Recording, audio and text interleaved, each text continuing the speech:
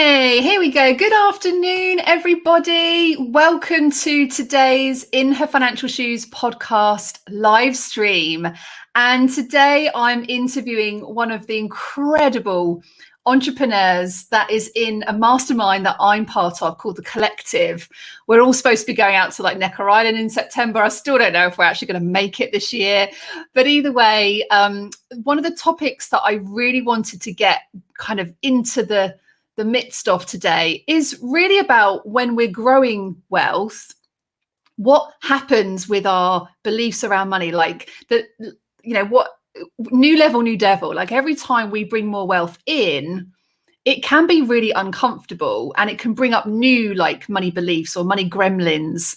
And I know certainly from when I've shared my story on the podcast and also from previous guests that, it is new level, new devil. Often we feel like we've kind of improved our relationship with money and then we up level in our business. Maybe we start bringing more money in.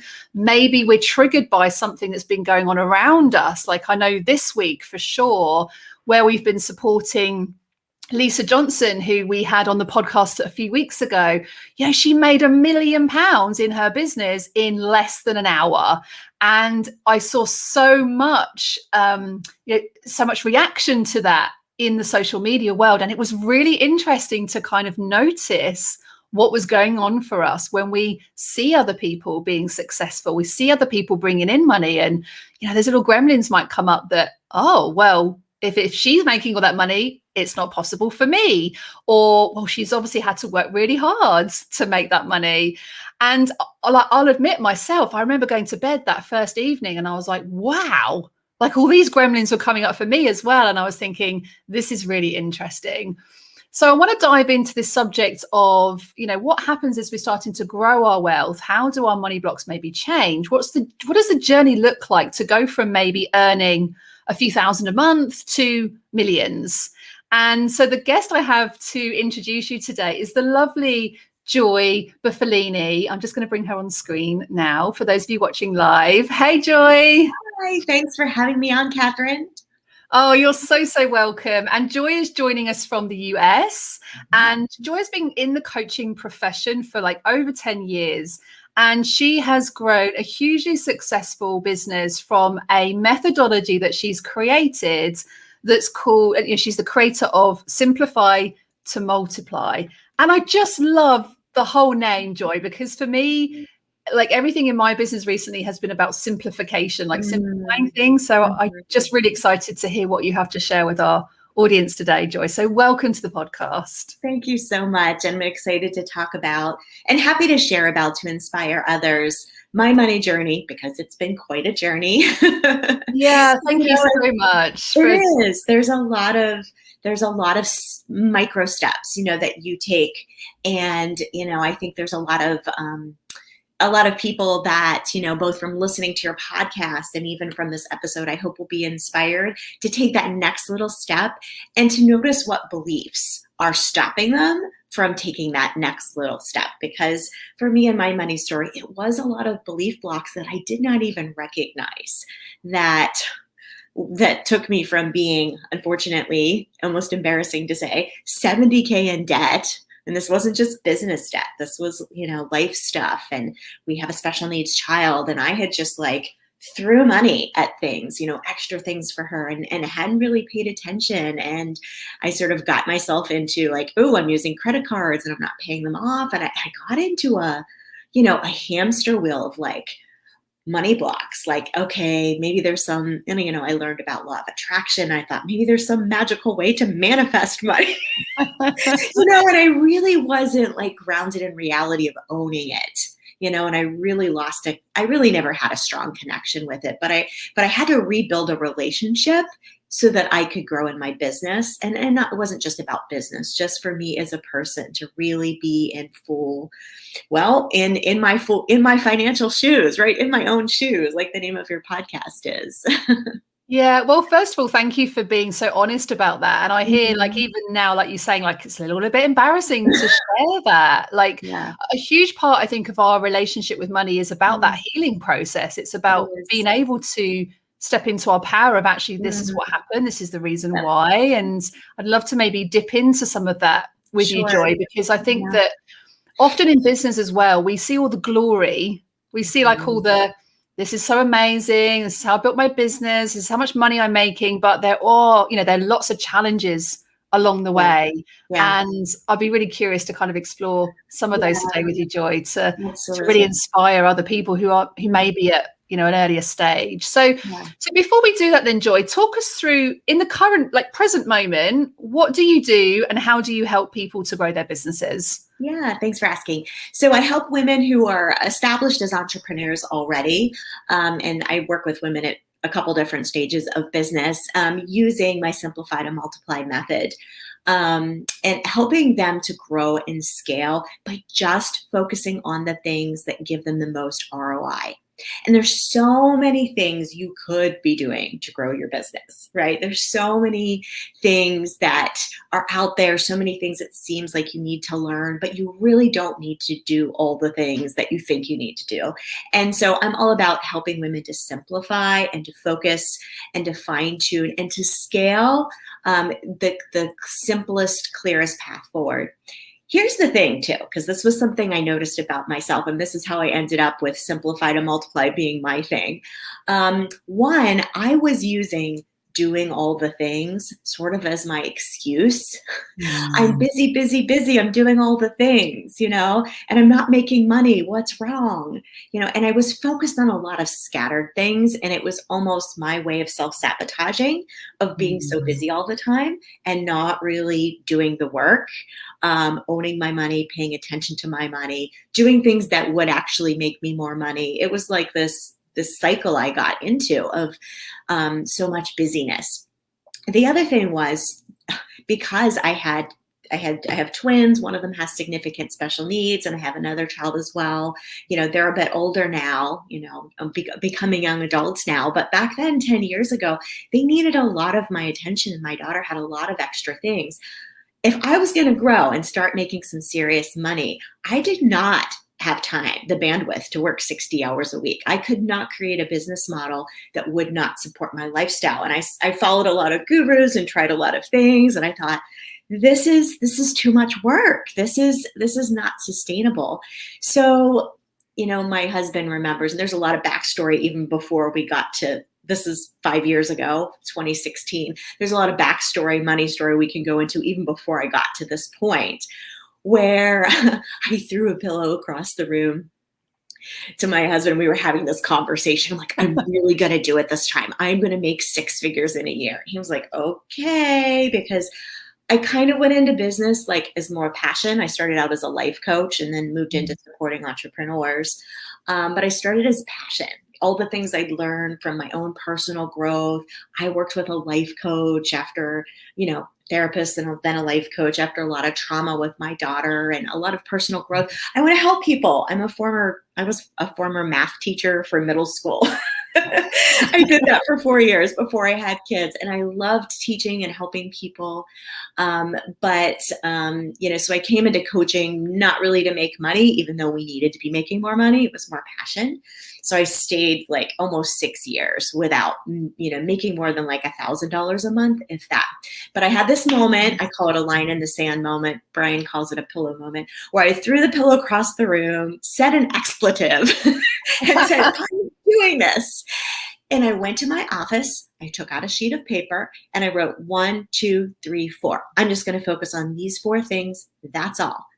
And I literally did not find that piece of paper again till we moved 2 years ago. I don't even know where it went. I found it inside of a book, but I just went and focused on those 4 things, which is mainly about bring people into just one offer, like just fill one higher ticket offer, just fill that, grow my Facebook group, grow my email list, and not like with all kinds of complicated things, and get in front of more people in person.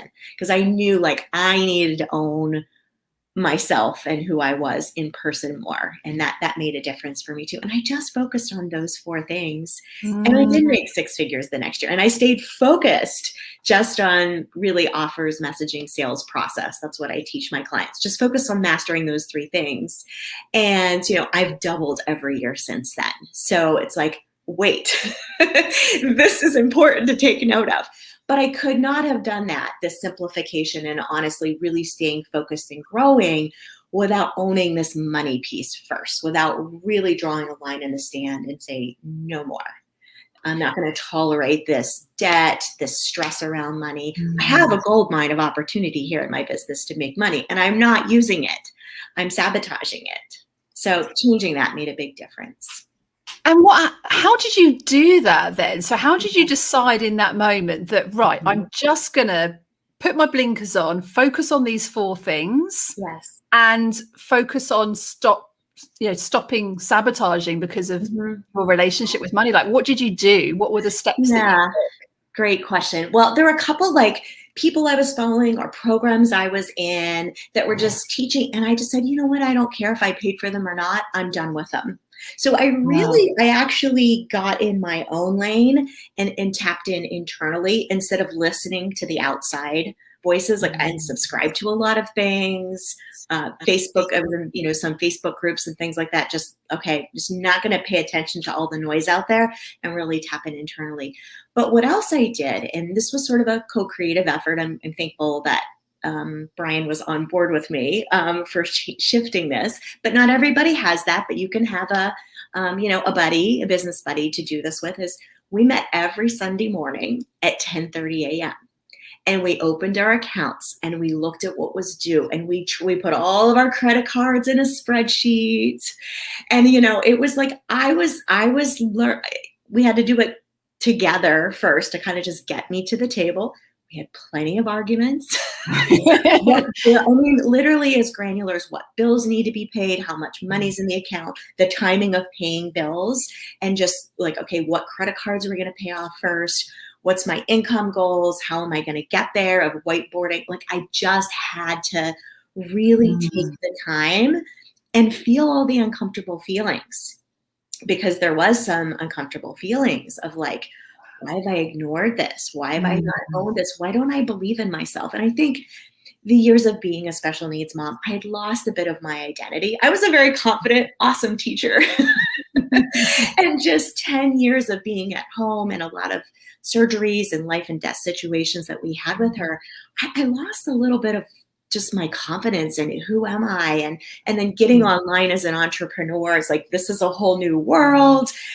I feel like, who do I think I am? I'm not Maria Forleo. I'm not this guru. So it's like you feel like this not good enough can get in the way too, and then looking at the numbers with debt, there's a lot of shame. My parents never had debt, always talked about how bad debt was. They were like they are, and I love them and I respect that. They're the most financially responsible people you've ever met. They never had a lot of money, but it was always like ingrained into my brain to be responsible. Well, life happened and I lost control of it and I own that. But, there was a lot of guilt and shame because of my family too, like, oh, what if they ever found out that I had such aggressive money right now? Yeah, that word responsibility is so key, isn't it? Like often we talk about the emotions that sit around money, and really money is a reflection of how we feel about ourselves. And so therefore, when, if we've grown up in an environment where, particularly with parents, because we all seek to be loved, have human connection. And so therefore, having that, like, I love that money date that you and your husband had on a Sunday at 10:30, like so specific. It's still on his calendar. He keeps it on he had it as a weekly reminder. He keeps it on there. It still shows up on his Google calendar just as a reminder. He handles that 100% now. I mean, I owned it. And, eventually it was just me doing it because he was working full time once we kind of came together. And then I handed it off to him 2 years ago. So I don't look at it, but we're good, So yeah, What made you make the decision, Joy, to have that money date together rather than just with yourself? Because I knew I wouldn't do it if I didn't have like somebody right there. I knew I would avoid the uncomfortable emotions. And we had that kind of relationship that he was there with me, even though there was some like, how do we get out of this? And sometimes, the meeting ended 10 minutes later with an argument, but that's okay. We came back, the next week and tried again. So it took really staying in the game. it really took a lot of resilience and noticing the stories that come up in your head. Like there's certain things, like maybe I wanted to blame him, and he had been like working so hard, getting promotions. He had finally got to 6 figures, but 6 figures it wasn't as much as you thought it was with a family of 5 and, paying down debt and everything. I really needed to bring a lot more money to the table. But that weekly meeting made a big difference. Also, it was rebuilding my relationship. So I had like 10 plus credit cards. Okay. I was just finding ways to make things happen. I would just get new credit cards and I can blame some of it on, extra things I wanted to do for Amber that insurance wouldn't pay for, but not all of it, for sure. And I had all those credit cards and I put them in a little baggie together. And I always had it in, this was when I was shifting, I had it in a drawer over like on the side of my office. And I made a ritual every morning. I pulled them all out. And I laid them on my desk. Now, this was what I would normally avoid, right? Just, I don't want to acknowledge your existence. I put them on my desk and I touched each one of them. And I don't know if you're familiar with Ho'oponopono, which is a prayer. I love you. I'm sorry. Please forgive me. Thank you. It's the prayer. And it's just a healing prayer. And I did that on each card. Each card. And I actually started changing my relationship of like thanking them for supporting me, because that's what we did. A lot of the things that we've been through with Amber, 80% of couples that have a special needs child get divorced. And I can see why, because there was a lot of stress for many years. And it was like our marriage stayed together. We feel so proud of that. And we're stronger than ever. And we're great business partners and life partners now. But the money, the money is what kind of like, that's the thing that, got left behind, that wasn't taken care of. It's like, you know what? We kept a relationship. Money we can fix. We were able to repair that. So just feeling that kind of gratitude for like, thank you, Bank of America. Thank you, Chase. Because you got us through this time, but we don't need you anymore. And being in that space, like, I don't need you anymore. I let you go. And that was part of paying it off too, is just being in a whole different mindset space.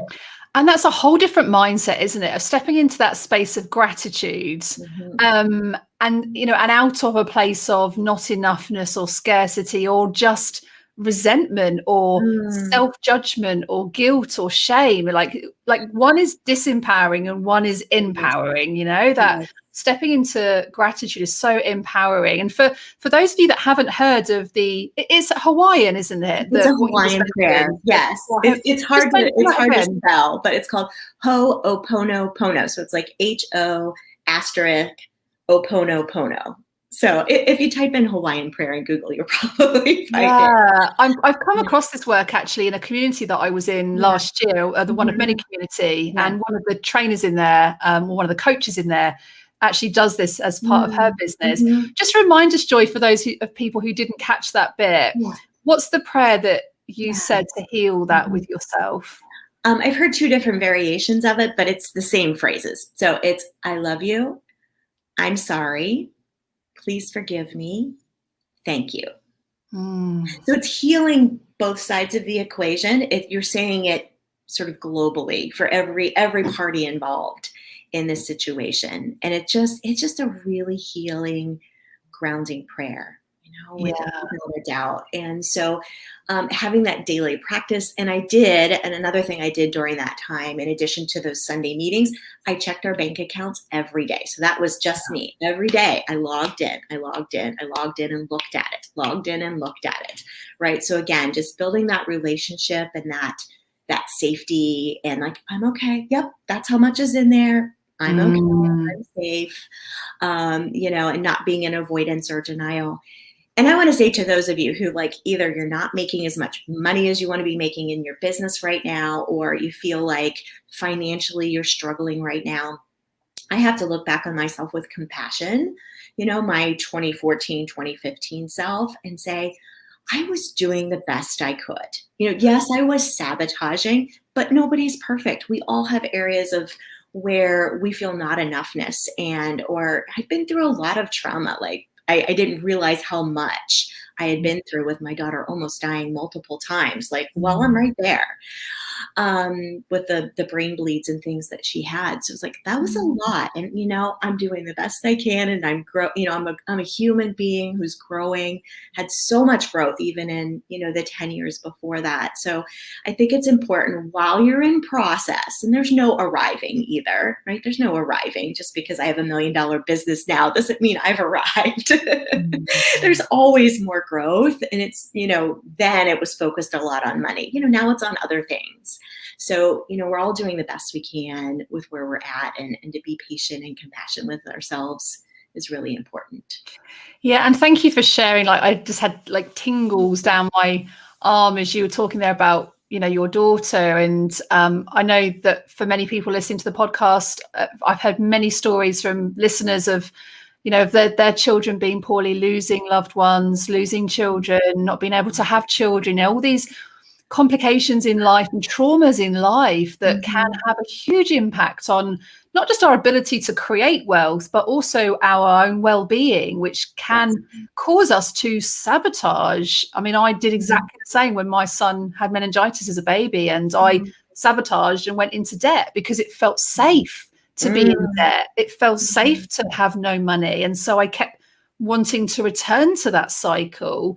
So coming from that position then, Joy, and of being in debt that you mentioned, and having, I like to call it money already spent, like it's money I love that. gone, like we can't do anything about it. Like debt just has a horrible it does.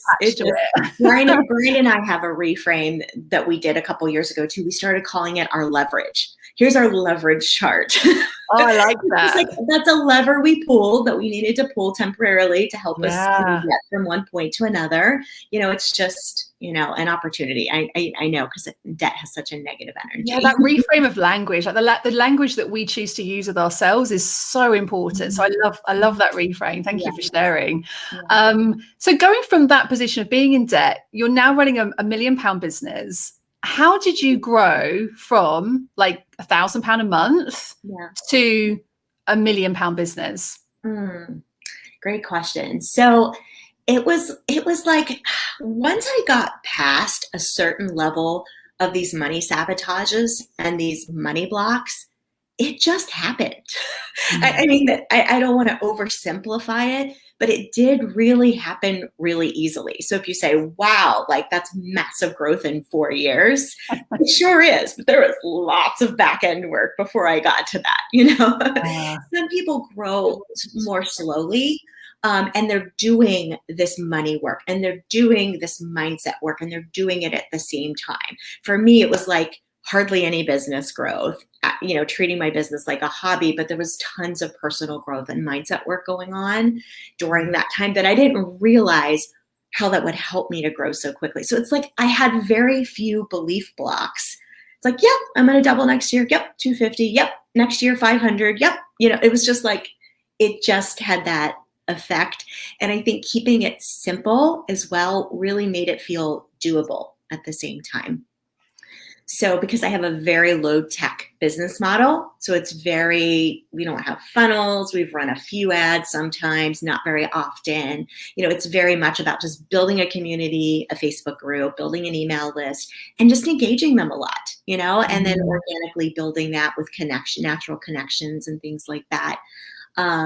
So that I don't have an audience of tens of thousands of people, but the people that are in my world they really know what I'm about, and they're really, they're fans. So you really just need to build that community of fans, right? And be very consistent in front of them, consistent with your messaging, consistent with how you help them.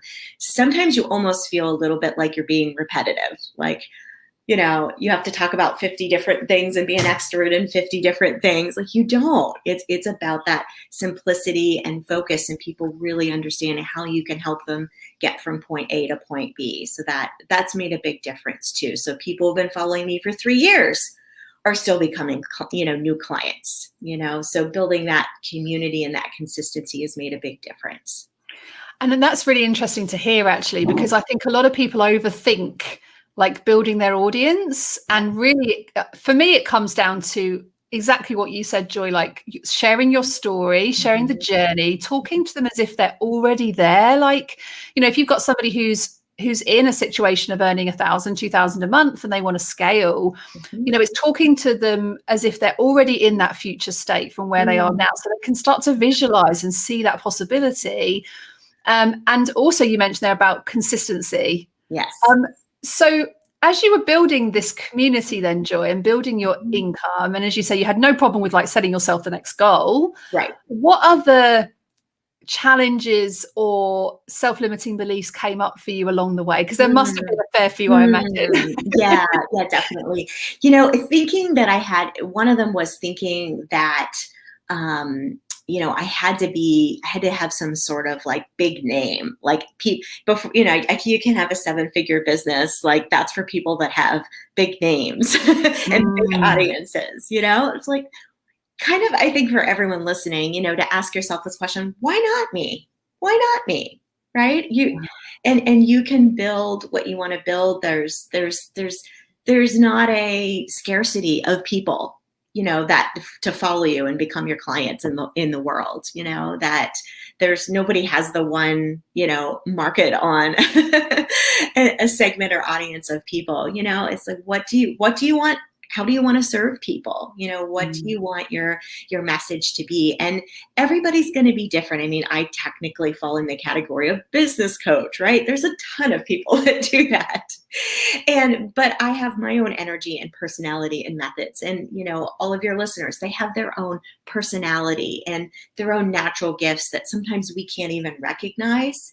It was one of my coaches who helped me to recognize. I actually built a course called Simplify to Multiply in 2018. And she was like, Joy, that's your brand. That's what you naturally do. And I was like, oh, yeah, that's how my clients get results. That's how I honestly was kind of like an unconscious competent with just focus, fine tune, be consistent. I was just an unconscious competent because that's my personality naturally, just as efficiency, simplicity. I don't like clutter. I don't like doing all of the things. Like, what are the things that are going to give me the most ROI? So it was kind of funny how that came to be. And I was like, oh yeah, let's get the trademark.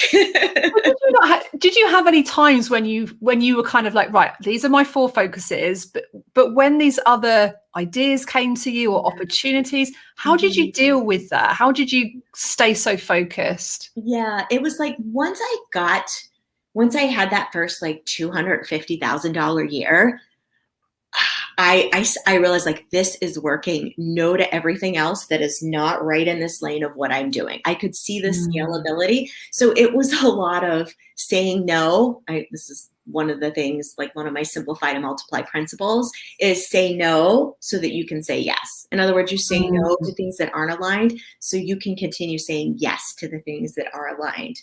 So it is really about having good boundaries and really tapping in intuitively, like, is this the right path? It's just because this is working for other people. Is that right for me? Is that the business model that serves my lifestyle, that serves how I want to serve people? Do you know what I love about that? It's almost like this light bulb moment as well, is that when you say no to something, it means that you can say yes to more of the things that keep you aligned. And yet so often we find it hard to say no. Why do you think we find it so hard to say no to things? Yeah, I think to a certain extent in this online service-based industry, there can be a little peer pressure, to look like everybody else, or we have to be a certain way or have a certain business model. I think also too, many of us as women are people pleasers, right? So we want to, say yes to things or, get overcommit, overgive, not having the boundaries that are really going to serve us. So I think it really does come back to what you said earlier. A lot of it's self-worth and like trusting your gut and knowing like, okay, this person wants me to go in this direction and do a collaboration with them. And that's just not the right direction for me. To be really clear and committed to yourself. And someone might get upset. Someone might not like it. Or, someone maybe a coach you've been working with that you decide this isn't aligned anymore. I'm going to go a different direction, to be okay with not having to keep everybody happy. That's an important part too. Yeah. And I guess a part of that, just listening to you talk about that, Joy, is about if you're clear on your vision. For me, that is the North Star of everything. Like, it guides our values, and our values then guide how we make decisions in every aspect of our life, in our relationships, our health, our money. And so actually one of the things I do is every morning I always reconnect in with my vision. And I don't always do it in a meditation state and kind of that's just not me. Yes. But I do, I have it on my whiteboard up above my computer, and so I always just take a second to kind of reconnect in with my vision, so that then when an opportunity hits my email, I'm like, oh my God, this will be amazing. I'm like, does it serve my mission? Is it going to bring me closer to my vision? If the answer is no, then the answer is no, or not right now response. So when it comes to your vision, Joy, so you're helping entrepreneurs to scale their businesses, to simplify their businesses. And you mentioned earlier one of the kind of rules that you have, one of the golden themes of that is about creating strong boundaries. What other advice would you give to anybody listening to this who is looking to simplify and to go from maybe a few thousand a month to growing their business? What other principles do you teach? Yeah, great question. I'm really glad you asked. So, it's like this, it's another book. This is another principle, is that everything you need is in your world right now, or a degree or two away. Like, because you have the desire for it, the money, the clients, the opportunities, whatever aligns with your vision and is aligned for you, it means even if you can't see how to get there or where it's coming from at the moment, that because you have that desire, that the way also exists. The desire does not exist in the universe without its opposite, its solution, right? It's the other part of it, the closing the loop of it. So sometimes it's like we can get scattered in so many directions, like, I need more clients, I need to make more money. And we're really looking outside of ourselves instead of tuning in. And when you have this belief, like, it's in my world right now, or a degree or two away, which means we attract it in, right? When we're aligned and focused, it's like a door opens in our mind that was closed, because it's closed and we can't see the way. So we're looking outside of ourselves. But when we really align with this paradigm of thinking, it's like your brain, oh, wait, there's this idea. Oh, here's what you just, like, things just start happening. Things just start working out. Things just start coming your way. In my client programs, we call this an of course moment. So we have a hashtag on Friday shares. It's called, of course. Of course this happened. Of course this opportunity. Of course I got 3 new clients this week. Of course this, So it's kind of confirming that, and it creates new pathways in our brain, literally, neurologically creates new belief pathways in our brain. So we start believing and thinking that way. And then we get evidence, it comes, and especially when it comes in surprising ways, it's like, oh, so it just builds our belief muscle even more, that things just work out for me. Things just work out. Things just happen. Sometimes it's not always the way we had planned it to look like. Usually it's something better. It's something better. And that's so important, isn't it? Because what you just said there, it's not always the way we planned. Yes. Like, I definitely find in our community, like, if we have people that are naturally over planning, so they don't have the challenge isn't about creating the plan, it's about implementing or believing that it's possible, because we maybe are, take less risks, or we're more cautious perhaps than somebody who is more spontaneous perhaps, and they can take loads and loads of risks, but then the challenge is actually creating the plan in the first place. Right. So I love that, a degree or two away. So I guess that's trusting the process, that it's already available to us, right? It is. Yeah, that it's there. It's not, we don't have to grasp for it, and that keeps you out of doing all the things, right? As well, because that it's there and it's going to be obvious, and you're going to know what actions, to take. Another simplify multiply principle is there's always a simpler way. So I always ask my clients to keep asking themselves, is there a simpler way to do this? Oh, wait, I am overcomplicating this. Even just a step-by-step thing on something like there's always a simpler way to do it, and just keeping that top of mind, right? And even just in dealing with money, like how can you not overcomplicate managing your money? Some people avoid making more money because they think it's going to be, oh, that's going to be so much to manage, especially if they're doing it themselves, or they're afraid of I'm going to mismanage it and get into debt or get into debt again. So really being of that mindset, there's a simple way to do this, and you can educate yourself, on, different ways of managing money and what's simple and aligned and really makes the most sense for you. Yeah, a lot of people are quite surprised. I went into our Money Circle community yesterday and shared what I do with my pots. I shared my app on the screen and I was I literally go into my account every day, same as you do. I'm I want daily consciousness as to what I'm spending, what I'm saving, what I'm investing. And I just go into my app, I top up my pots, I go into my business app, I put my tax pot money away, my VAT pot money away. Takes me about, 3 minutes. That's it. That's all I do. Everything else my accountant does for me, my bookkeeper does. And then once a week, as part of my business review, once a week, I check in with money and I check up my pots. And then once a month, I'll occasionally, if my ops manager says, come on, Catherine, we need to have a look at our projected stuff, I'm okay.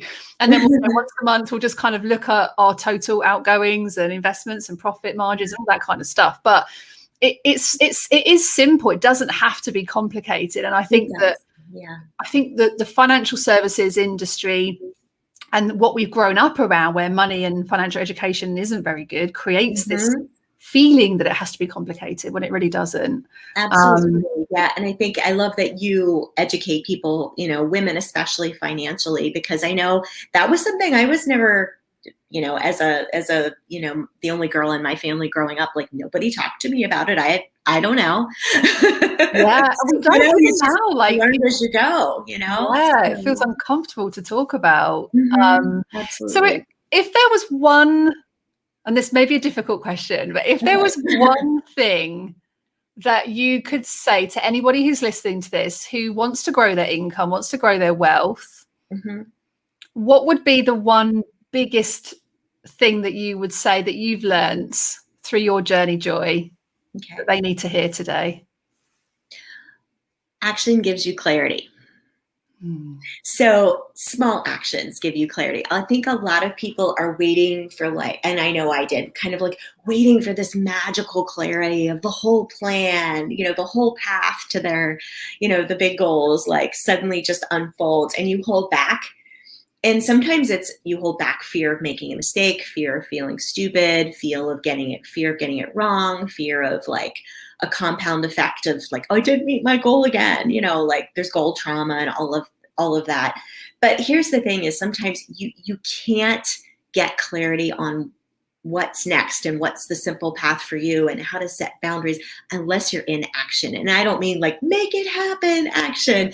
I just mean momentum. There's energy flowing. You're in the curiosity, and trying something new or doing something, that just feels a little out of your comfort zone. Maybe it's getting more visible online, or maybe it is looking at your money every single morning.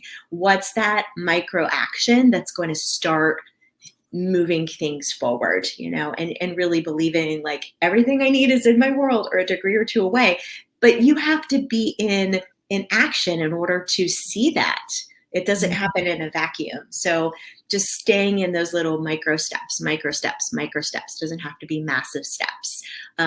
Things will unfold and your beliefs can lighten up. You'll create new beliefs, stronger beliefs that support you when you just keep that forward momentum, keeping it simple. Yeah, small steps, big wins, as we say on the podcast. That's it. I love it.